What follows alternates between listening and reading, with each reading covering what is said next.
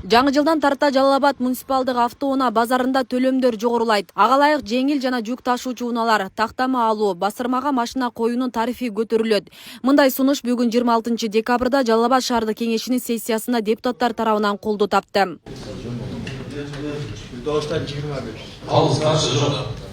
Жеңил автоунаалар үчүн 30 сомго көтөрүлдү.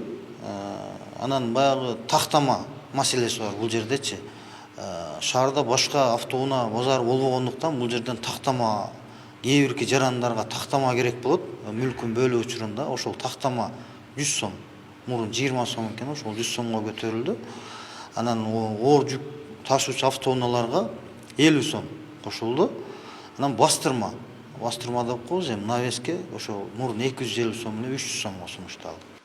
Бүгүнкү күндө 2000ден ашуун унаага ылайыкташкан базарда бир эле кирип чыгуучу шлагбаум иштеп жатат. Экинчи жагынан кирүүгө гана мүмкүндүк бар. Базар кызыган убакта бир шлагбаум жетишпей, башаламандык жаралып турат.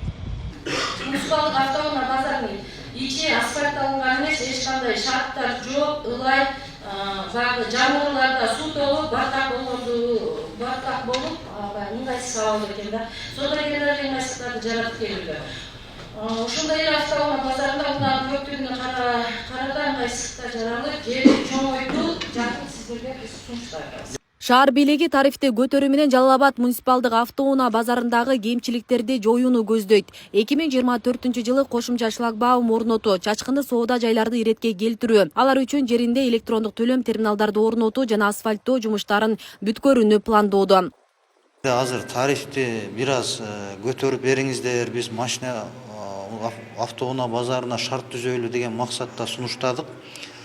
Анан ичи баягы шепен деп коет, эми майда таш төшөлгөн. Ал жагын эми ылай деп айта албайм. Азыр барып көрсөңүз деле болот. Бирок бир аз баягы машина базар жолдун бир ылдый жайгашып калгандыгына байланыштуу суу көлчүктөп калуу маселеси жаралып калып атат. Ошол маселе, эки маселени ушу эмдиги жылкы бюджеттен акча каражатын бөлдүрүп, ошол маселесин чечүү аракетин жүргүзүп атабыз. Бейле кетсек, бүгүн Жалал Абад шаардык кеңеши 2023-жылды жыйынтыктаган кезектеги сессиясын өткөрдү. Күн тартибинде 10 маселе каралып, анын баары колдоо тапты. Азыр өзүңүздөр билгендей, мамлекеттин саясаты менен 2023-2026 жылдарга ГИК тарабынан атайын үйлөр курулууда. Менин үйүм деген программанын негизинде.